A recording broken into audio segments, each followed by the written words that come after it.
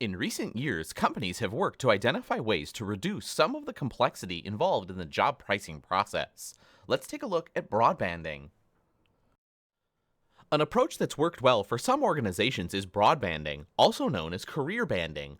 Broadbanding consolidates a large number of pay grades into a few broad bands, usually 3 to 10 bands or grades, as opposed to a larger number traditionally used. The maximum pay for a particular band can be as high as 100 to 400% above the band's minimum pay. The jobs in the band are similar to one another in that they require approximately the same level of education and experience, as well as have similar levels of responsibility. Reducing the number of grades by using bands makes managing the system much easier too, because the bands are typically wide enough that changes in the market don't require managers to adjust the bands as frequently.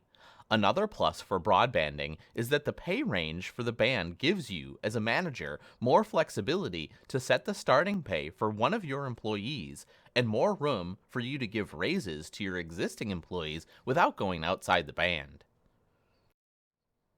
When bands are used, it's important to ensure that there is some logical reason why jobs are in the same band. Managers also need to understand how bands work and how to properly assign salaries within bands. If this training does not happen, employees might believe that the company's salary decisions aren't based on objective criteria. Also, the flexibility in pay ranges afforded by bands can lead to higher wages overall for the company if processes are not in place to manage how increases are instituted.